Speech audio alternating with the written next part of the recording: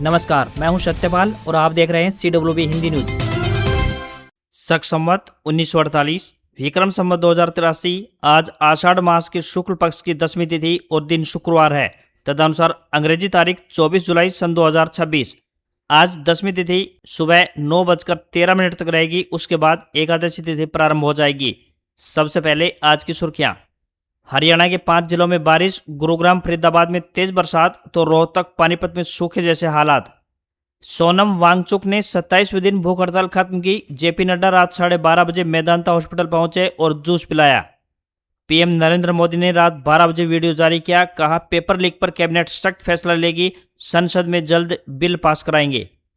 BJP प्रदेशाध्यक्ष बोली, प्रदर्शन करने वाले स्टूडेंट नहीं, आपके उपद्रवी। कहा, जनाधार खत्म होने के बाद राजनीति कर रहे। जंतर मंतर लाठीचार्ज के विरोध में रेसलर भी उतरे। विनेश फोगाट बोली, सारी हदें पार कर दी। तो वहीं बजरंग पूनिया ने कहा, सबका नंबर आएगा। अमेरिका ईरान तनाव से कच्चा तेल $98 पार पहुंचा। कतर से LNG सप्लाई भी अटकने की आशंका। महंगाई बढ़ सकती है। जनगणना 2027 के लिए पटवारियों को प्रशिक्षण 1 अगस्त से शुरू होगा। जनगणना का दूसरा चरण। पेपर लीक पर मोदी बोले, फास्ट ट्रैक कोर्ट बनाएंगे, युवाओं के कल्याण और भविष्य से बढ़कर कुछ नहीं, दोषी बख्शे नहीं जाएंगे। हरियाणा केंद्रीय यूनिवर्सिटी में डायरेक्ट एडमिशन शुरू। 27 जुलाई तक होगा ऑनलाइन रजिस्ट्रेशन तो 28 को होगी फिजिकल काउंसलिंग। CJP आंदोलन में कूदे बड़े हरियाणवी चेहरे। जाजी लाठर बोले, अब चुप नहीं बैठेंगे, चाहे लिखना छूट जाए। दिग्विजय चौटाला समर्थकों सहित सिरसा से जंतर मंतर रवाना हुए। स्टूडेंट्स के समर्थन में दिल्ली में धरने पर बैठेंगे। मीरी पीरी मेडिकल इंस्टीट्यूट अब HSGMC के अधीन हुआ। कुरुक्षेत्र मीटिंग में प्रस्ताव पास। झिंडा बोले, 72 घंटे में टेक ओवर, फिर डालेंगे सैलरी। ITR फाइलिंग के लिए 10 दिन से कम समय का टाइम बचा। रिटर्न भरने पर आसानी से मिलता है लोन। सैमसंग का नया गैलेक्सी Z Fold 8 लॉन्च हुआ। टाइटेनियम बॉडी, 200 मेगापिक्सल कैमरे वाला अल्ट्रा मॉडल। और वैभव सूर्यवंशी बने T20 इंटरनेशनल के सबसे युवा हाफ सेंचुरियन। भारत ने जिम्बाब्वे को 7 विकेट से हराया। और अब खबरें विस्तार से। हरियाणा के 6 जिलों में गुरुवार को मौसम ने अचानक से करवट ले ली। फरीदाबाद, गुरुग्राम और महेंद्रगढ़ में तेज बारिश हुई तो वहीं यमुनानगर, फतेहाबाद और हिसार में भी बूंदाबांदी हुई। उत्तरी हरियाणा के जिलों अंबाला, पंचकुला में रात में हल्की फुहारें पड़ सकती हैं, जबकि मध्य और दक्षिणी जिलों में मौसम आंशिक रूप से बादल छाए रहने की उम्मीद जताई गई। इससे पहले मानसून सीजन में प्रदेश में 24% कम बारिश दर्ज की गई थी। रोहतक, पानीपत में सूखे जैसे हालात हैं तो वहीं गुरुग्राम में गुरुवार को तेज बारिश हुई, जिससे लोगों को गर्मी से राहत मिलती हुई दिखाई दी। वहीं यमुनानगर में भी बूंदाबांदी हुई। थोड़ी सी बारिश में ही सड़कों पर पानी भर गया। साथ ही फतेहाबाद में भी बूंदाबांदी दर्ज की गई। मौसम विशेषज्ञ डॉक्टर चंद्रमोहन ने बताया कि बंगाल की खाड़ी पर बनी हलचल का असर हरियाणा और दिल्ली NCR में देखने को मिला है। बंगाल की खाड़ी में लो प्रेशर एरिया बनने के साथ ही हरियाणा में मानसून की सक्रियता बढ़ने लगी है। एक साथ पूरे प्रदेश में बारिश की बजाय कभी उत्तरी, कभी पूर्वी जिलों में तो कभी मध्यवर्ती और दक्षिणी जिलों में बारिश देखने को मिलेगी। इसके अलावा 30 जुलाई तक रुक रुक कर बारिश की गतिविधियां चलती रहेंगी।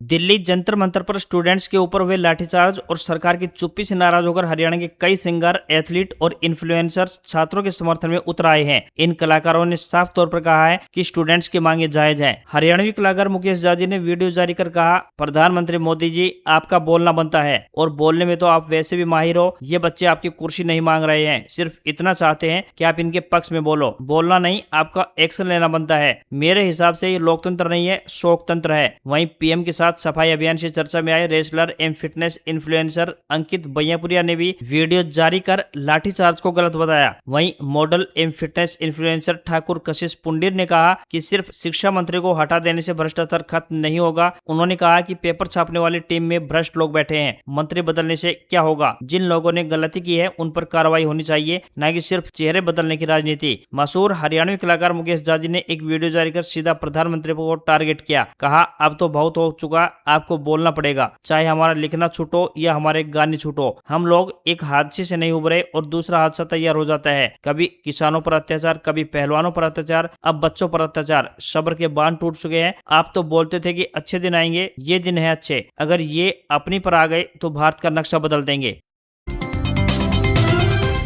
दिल्ली में हुए छात्रों पर लाठीचार्ज का हरियाणा में विरोध तेज हो गया है। ओलंपियन रेसलर विनेश फोगाट ने पोस्ट में लिखा, सरकार और दिल्ली पुलिस ने सारी हदें पार कर दी हैं, छात्र किससे न्याय मांगे। वहीं जंतर मंतर पहुंचे रेसलर बजरंग पूनिया ने कहा कि जो सरकार भगवान राम के नाम पर सत्ता में आई थी, उन्होंने राम के नाम पर भी लूट मचाई। जब भगवान के नाम को नहीं बख्शा जा रहा तो आम जनता किस खेत की मूली है। आज छात्रों की बारी आई है, कल किसी और की आएगी। इसके बावजूद लोग चुप हैं और अंधभक्तों को यह सच्चाई दिख नहीं रही है। बजरंग पूनिया ने आरोप लगाया कि सरकार आंदोलन कमजोर करने के लिए पहले कमेटी बनाती है, फिर प्रदर्शन खत्म होते ही आंदोलनकारियों को हिंसक या राजनीतिक दलों का समर्थन बताकर बदनाम कर देती है। उन्होंने कहा कि खिलाड़ियों और किसानों के आंदोलन में भी सरकार ने पीड़ितों का साथ देने की बजाय उन्हें बदनाम किया। देश में शिक्षा और स्वास्थ्य व्यवस्था बेहतर नहीं है, जब तक व्यवस्था में सुधार नहीं होगा तब तक संघर्ष जारी रहना चाहिए। इधर गुरुवार को प्रदेश के कई जिलों में कांग्रेस ने विरोध प्रदर्शन किए, तो वहीं गुरुग्राम में ज्ञापन देने जा रहे कांग्रेसियों की पुलिस से झड़प हो गई। विनेश फोगाट ने जंतर मंतर पर छात्रों पर हुए लाठीचार्ज का विरोध किया। उन्होंने कहा कि छात्रों द्वारा अपने अधिकारों की आवाज लोकतांत्रिक तरीके से उठाई जा रही थी, लेकिन 20 जुलाई को जो तस्वीरें सामने आई हैं, उन्होंने मेरे मन को विचलित कर दिया। जब देश के हर आयाम में भविष्य, अधिकार और अपने सपनों के लिए सड़क पर थे,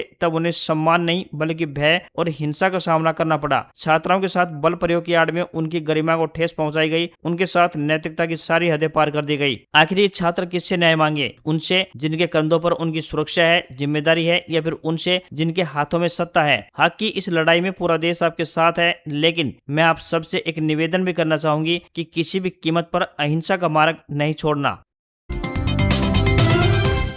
मॉडल एवं फिटनेस इन्फ्लुएंसर ठाकुर कशिश पुंडीर ने कहा, अगर एजुकेशन मिनिस्टर चेंज हो गया ठीक है, तो क्या एजुकेशन मिनिस्टर जाकर पेपर प्रिंट करेगा? वहाँ एक टीम है और वहाँ पर भ्रष्टाचार हुआ है और गलती हुई है। वहाँ कोई भी टीम गलती कर सकती है, कोई भी इंसान लालची हो सकता है। एजुकेशन मिनिस्टर की इसमें क्या गलती है? अगर मिनिस्टर चेंज हो भी गया तो सेम चीजें दोबारा हुई, ऐसे क्या हम बार बार एजुकेशन मिनिस्टर को चेंज करते रहेंगे? उसके नीचे वाली टीम जो है, तो ये तो संभव नहीं हो पाएगा। जो लोगों ने गलती करी है उन लोगों को पकड़ लिया गया है, उनके खिलाफ कार्रवाई भी चल रही है, वो सब चीजें पहले से हो रही हैं। इसमें एजुकेशन मिनिस्टर चेंज करो, ये जो बार बार आ रहा है, ये नहीं होना चाहिए। ठाकुर कशिश पुंडीर बोले, सिर्फ एजुकेशन मिनिस्टर चेंज करना ही समाधान नहीं है। हरियाणवी कलाकार सुरेंद्र रोमियो ने वीडियो जारी कर कहा, ये उस भविष्य व बच्चों के लिए है जो जंतर मंतर पर बैठे हैं। सरकार को उनकी आवाज को जरूर सुनना चाहिए, क्योंकि जब जब सरकार को जरूरत पड़ी है, वो परिवार सरकार के साथ हर कदम पर साथ खड़े मिले हैं। आज समय है, सरकार को समय रहते उनकी सुननी चाहिए। इस लड़ाई को आगे न बढ़ाएं और यहीं पर खत्म करें। दिल्ली के जंतर मंतर पर प्रदर्शन कर रहे छात्रों के समर्थन में अब हरियाणा के चर्चित कलाकार भी खुलकर उतर आए हैं। हरियाणवी रैपर MC स्क्वायर और सिंगर ढांडा न्योलीवाला ने छात्रों के समर्थन में अपने आगामी गानों की रिलीज अनिश्चितकाल के लिए स्थगित करने का भी ऐलान किया।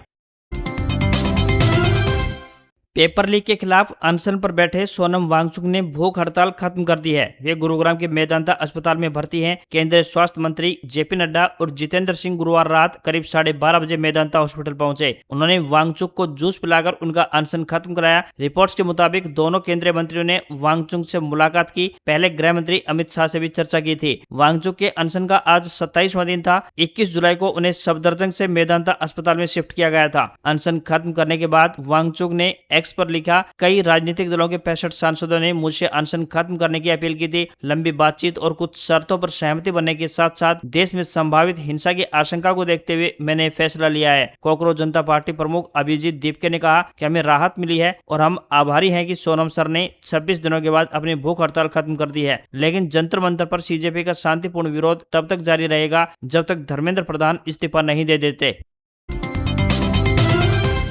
हरियाणा की सरकारी स्कूलों में कार्यरत कंप्यूटर फैकल्टी और कंप्यूटर लैब अटेंडेंट के लिए राहत भरी खबर सामने आ रही है। माध्यमिक शिक्षा निदेशालय ने अप्रैल और मई 2026 का लंबित मानदेय जारी करने को लेकर सभी जिला शिक्षा अधिकारियों, जिला प्रारंभिक शिक्षा अधिकारियों और स्कूल के प्रधानाचार्यों एवं DDO को सख्त निर्देश जारी कर दिए हैं। निदेशालय की ओर से 22 जुलाई 2026 को जारी आदेश में कहा गया है कि बजट उपलब्ध होने और पहले भी निर्देश जारी किए जाने के बावजूद कई स्कूलों में अब तक अप्रैल और मई माह का भुगतान नहीं किया गया है। विभाग ने इसे गंभीर लापरवाही मानते हुए संबंधित अधिकारियों को 24 जुलाई 2026 तक हर हाल में वेतन जारी करने के निर्देश जारी किए हैं। विभाग ने स्पष्ट किया है कि वेतन जारी होने के बाद कर्मचारियों का डेटा हरियाणा कॉन्ट्रेक्चुअल एम्प्लॉय के तहत निर्धारित पोर्टल पर अपलोड किया जाएगा। इसके साथ ही OTP वेरिफिकेशन सहित सभी औपचारिकताएं 31 जुलाई 2026 तक पूरी करना भी अनिवार्य होगा। निदेशालय ने आदेश में चेतावनी दी है कि यदि वेतन जारी करने या अन्य औपचारिकताओं में किसी प्रकार की देरी या लापरवाही हुई तो संबंधित प्रधानाचार्य प्राचार्य और डीडीओ को व्यक्तिगत रूप से जिम्मेदार माना जाएगा। विभाग ने स्पष्ट किया है कि ऐसे मामलों में सख्त कार्रवाई की जाएगी।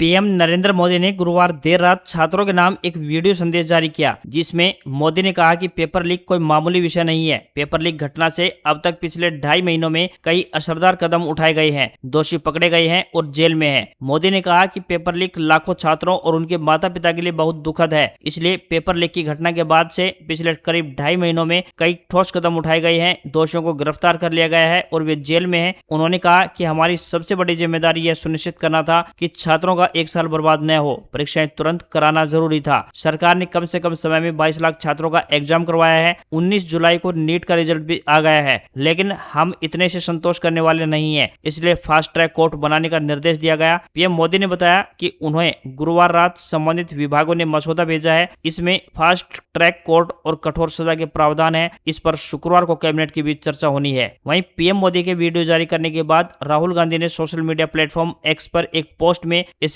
आधी रात का बेकार वीडियो बताया। राहुल गांधी ने कहा, मिस्टर मोदी हमारे छात्र धर्मेंद्र प्रधान के इस्तीफे की मांग कर रहे हैं। आधी रात के इस बेकार वीडियो से उनकी समझदारी का अपमान न करें। प्रधान को हटाएं, छात्रों को पीटने वालों को सजा दें और माफी मांगे।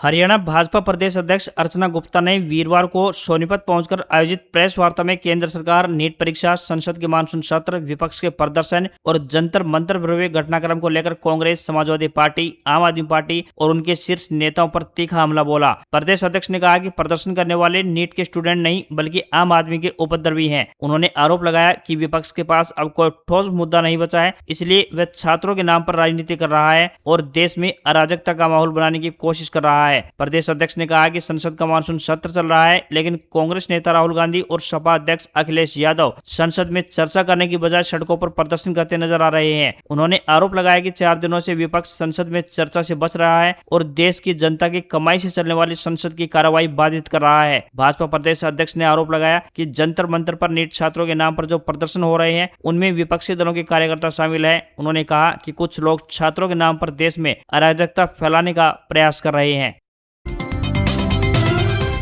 सीएम नायब सिंह सैनी द्वारा नीट मामले में विपक्ष द्वारा भड़काने के बयान पर दिग्विजय चौटाला बोले, अगर आपके काम अच्छे होंगे, अगर आपकी शिक्षा को किए गए कर्म अच्छे होंगे तो विपक्ष की क्या हैसियत है कि भड़का पाए। 12 साल से शिक्षा को लेकर इतनी मजबूत आवाज नहीं उठी जो अब उठा रही है। अब आपको विपक्ष क्यों नजर आ रहा है? पेपर लीक क्यों हो रहे हैं? फिर आप जो मुख्यमंत्री कह रहे हैं वो मुख्यमंत्री थोड़ी है। मुख्यमंत्री तो मनोहर लाल खट्टर हैं, ये तो डमी सीएम है। डमी सीएम की कोई बात की तवज्जो नहीं है। दिग्विजय चौटाला ने मीडिया को दिए बयान में कहा कि सिरसा में जंतर मंतर इसलिए बनाया गया है कि हमारी बहन बेटियों को पीटा गया है, नौजवानों पर नुकीले डंडे, लाठियां बरसाई गई हैं और आंसू गैस के गोले फेंके गए हैं, लड़कियों के कपड़े तक फाड़े गए, उनको थप्पड़ मारे गए। मैं चुप नहीं बैठ सकता, गुलाम नहीं हूं और देखते हैं कि सिरसा के लोग साथ देते हैं या फिर नहीं। बीजेपी द्वारा राम राज्य बताने के बयान पर दिग्विजय चौटाला बोले, जब प्रोटेस्ट में उस बहन को थप्पड़ लगा तो भगवान राम भी रो रहे थे और उनको मायूसी हो रही होगी और ये भगवान राम के नजदीकी भी नहीं है, सबसे बड़े विरोधी है। ये राम राज्य नहीं हो सकता, भगवान राम की सोच ही नहीं, ये विरासत के हकदार ही नहीं है और सबसे बड़े विरोधी हैं।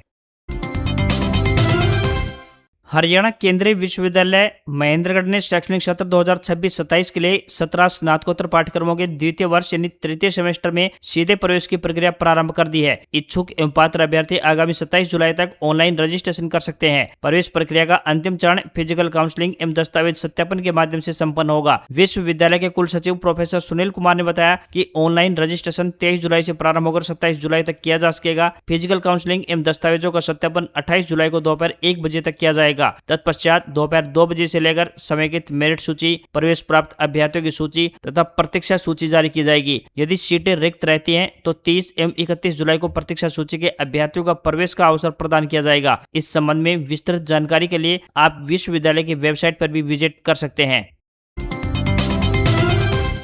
सरकार ने गुरुवार को कहा कि वह कोकरोच जनता पार्टी यानी सीजेपी के साथ किसी भी समय बातचीत के लिए तैयार है। केंद्रीय मंत्री डॉक्टर जितेंद्र सिंह ने कहा कि पिछले 24 घंटे में सीजेपी को जेपी नड्डा के घर या ऑफिस पर बातचीत के लिए 4 बार ऑफर भेजा जा चुका है। हालांकि सीजेपी ने कहा कि सरकार को बात करनी है तो जंतर मंतर आए या फिर किसी न्यूट्रल जगह पर चर्चा करे, हम किसी के घर या ऑफिस नहीं जाएंगे। उधर कोकरोच जनता पार्टी ने अब 24 जुलाई को देश भर में शांतिपूर्ण प्रदर्शन का ऐलान भी किया है। 20 जुलाई के संसद मार्च के दौरान प्रदर्शनकारियों पर पुलिस ने ने लाठीचार्ज किया था, तो दिल्ली के जंतर मंतर पर सीजेपी के नेतृत्व में छात्रों का प्रदर्शन 20 जून से जारी है। प्रदर्शनकारी नेट पेपर लीक मामले में जवाबदेही तय करने और शिक्षा मंत्री धर्मेंद्र प्रधान के इस्तीफे की लगातार मांग करते आ रहे हैं। वित्त वर्ष 2025-26 के लिए इनकम टैक्स रिटर्न फाइल यानी आईटीआर करने के लिए 10 दिन से भी कम समय बचा है। 22 जुलाई तक 3 करोड़ से अधिक लोग आईटीआर फाइल कर चुके हैं। आम टैक्स पेयर के लिए रिटर्न फाइल करने की आखिरी तारीख 31 जुलाई 2026 है। कई लोगों का मानना है कि अगर उनकी सालाना इनकम 2.5 लाख रुपए से कम है और वो टैक्स के दायरे में भी नहीं आते हैं तो उन्हें आईटीआर भरने की जरूरत नहीं है, लेकिन ऐसा नहीं है। अगर आप इनकम टैक्स के दायरे में नहीं भी आते हैं तब भी आपको रिटर्न फाइल करना चाहिए, क्योंकि अगर आप आईटीआर फाइल करते हैं तो इससे आपको कई फायदे मिलते हैं। आईटीआर फाइल करने से लोन मिलने में भी आसानी होती है। इनकम टैक्स रिटर्न यानी आईटीआर एक तरह का हिसाब है जो आप सरकार को देते हैं। इसमें आप बताते हैं कि पिछले साल आपकी कितनी कमाई हुई, किस कमाई पर टैक्स चुकाना है और कितना टैक्स आपने एडवांस में भर दिया है। इससे पता चलता है कि टैक्स के रूप में आप सरकार को कुछ और पैसे देंगे या सरकार आपको कुछ पैसे वापस करेगी। निर्धारित तारीख के भीतर आईटीआर दाखिल नहीं भरने पर आपको जुर्माना या कुछ पेनल्टी चुकानी पड़ सकती है। अगर किसी इंडिविजुअल टैक्स पेयर की सालाना आय 5 लाख रुपए से अधिक है तब उसे 5,000 रुपए की लेट फीस देनी होगी। अगर टैक्स पेयर की सालाना कमाई 5 लाख रुपए से कम है तब उसे लेट फीस के रूप में 1,000 रुपए भरने होंगे। समय पर आईटीआर दाखिल करके इस जुर्माने से भी बचा जा सकता है। अमेरिका और ईरान के बीच बढ़ते तनाव के कारण ब्रेंट क्रूड 23 जुलाई को 4% बढ़कर $98 प्रति बैरल के पार पहुंच गया है। यह पिछले 6 हफ्तों में सबसे ज्यादा है। वहीं अमेरिकी क्रूड भी $89 प्रति बैरल के करीब पहुंच गया है। कच्चे तेल की कीमतों में तेजी से भारत में महंगाई बढ़ सकती है। कच्चे तेल के महंगे होने से ऑयल मार्केटिंग कंपनियों के फ्यूल मार्जिन पर दबाव बढ़ रहा है। अगर लंबे समय तक क्रूड महंगा बना रहता है तो पेट्रोल डीजल की कीमतें बढ़ सकती है। तेल की कीमतों में अचानक आई इस उछाल की बड़ी वजह पश्चिमी एशिया का बिगड़ता माहौल है। अमेरिका और ईरान के बीच बढ़ते तनाव के साथ साथ अब यह विवाद फारसी खाड़ी के अन्य हिस्सों में भी फैल गया है। मीडिया रिपोर्ट्स के मुताबिक यमन के हुती विद्रोहियों ने लाल सागर में सऊदी अरब के तेल टैंकरों पर हमला कर दिया है, जिससे ग्लोबल ऑयल सप्लाई चेन पर भी गंभीर खतरा मंडराने लगा है। कच्चे तेल की कीमतों में तेजी का सीधा असर भारत की ऑयल मार्केटिंग कंपनियों पर भी पड़ा है। हिंदुस्तान पेट्रोलियम यानी एचपीसीएल के शेयर में 2.50% की गिरावट देखने को मिली है, तो वहीं इंडियन ऑयल यानी आईओसीएल शेयर भी 2% तक नीचे लुढ़क गया। भारत पेट्रोलियम यानी बीपीसीएल शेयर में लगभग 1% की कमजोरी देखी गई। कच्चे तेल की कीमत बढ़ने से भारतीय शेयर बाजार पर बिकवाली का भारी दबाव बन गया है। सैमसंग इंडिया ने 22 जुलाई को अनपैक्ड इवेंट 2026 में भारत सहित ग्लोबल मार्केट में अपनी नई फोल्डेबल स्मार्टफोन सीरीज लॉन्च कर दी है। इस बार सबसे खास रीडिजाइन गैलेक्सी Z Fold 8 और नया top tier ultra foldable model रहा है। इसके साथ ही गैलेक्सी Z Flip 8 और 2 नई स्मार्ट वॉच गैलेक्सी वॉच 9 और वॉच अल्ट्रा 2 भी पेश की गई है। वहीं नए AI फीचर में सैमसंग केयर प्लस और गैलेक्सी नोटबुक जैसे फीचर्स भी रोल आउट किए गए हैं। सैमसंग के फोल्डेबल गैलेक्सी Z सीरीज की शुरुआती कीमत 1,25,000 रुपए रखी गई है। सभी डिवाइस की प्री बुकिंग शुरू कर दी गई है। 7 अगस्त से ये बिक्री के लिए अवेलेबल होंगे। कंपनी सभी डिवाइस पर 7 साल का सिक्योरिटी अपडेट और 7 जनरेशन का ऑपरेटिंग सिस्टम अपग्रेड सपोर्ट देगी। सैमसंग ने अपने नए फोल्डेबल स्मार्टफोन के डिस्प्ले के लिए फ्लेक्स टाइटेनियम तकनीक का इस्तेमाल किया है। यह टेक्नोलॉजी स्क्रीन हिंज के तनाव और मजबूती को इस तरह बैलेंस करती है जिससे डिस्प्ले पर पड़ने वाली क्रीज यानी मोड की लाइनें कम से कम नजर आएं और स्क्रीन की लाइफ भी लंबी हो। भारतीय शेयर बाजार में गिरावट देखने को मिली। सेंसेक्स 364 अंक की गिरावट के साथ 76,391 पर बंद हुआ। निफ्टी में भी 127 अंकों की गिरावट देखने को मिली और ये 23,870 पर बंद हुआ। रियल्टी, एनर्जी और बैंकिंग शेयर्स में अधिक बिकवाली देखने को मिली। वहीं ब्रेंट क्रूड में तकरीबन 4% की तेजी है। ये $98 प्रति बैरल पर पहुंच गया है। जानकारों को मानना है कि अगर अमेरिका, इजराइल और ईरान के बीच तनाव और बढ़ा तो तेल की कीमतें $120 प्रति बैरल तक भी जा सकती है। इसका असर भारत में पेट्रोल डीजल पर दिख सकता है। तो वहीं सोने चांदी की कीमतों में गिरावट देखने को मिली। India bullion and jewellers association के मुताबिक 1 किलोग्राम चांदी 2,980 रुपए घटकर 2,22,000 रुपए पर पहुंच गई है। तो वहीं 10 ग्राम 24 कैरेट सोना 678 रुपए गिरकर 1,45,000 रुपए पर पहुंच गया है। इसके अलावा $1 का रेट 96 रुपए 88 पैसे के स्तर पर बंद हुआ। आज खबरों में बस इतना ही। देखते रहिए आपका अपना हरियाणा का सबसे बेहतरीन news channel CWB Hindi news. नमस्कार। इसी आशा के साथ आपका दिन शुभ रहे।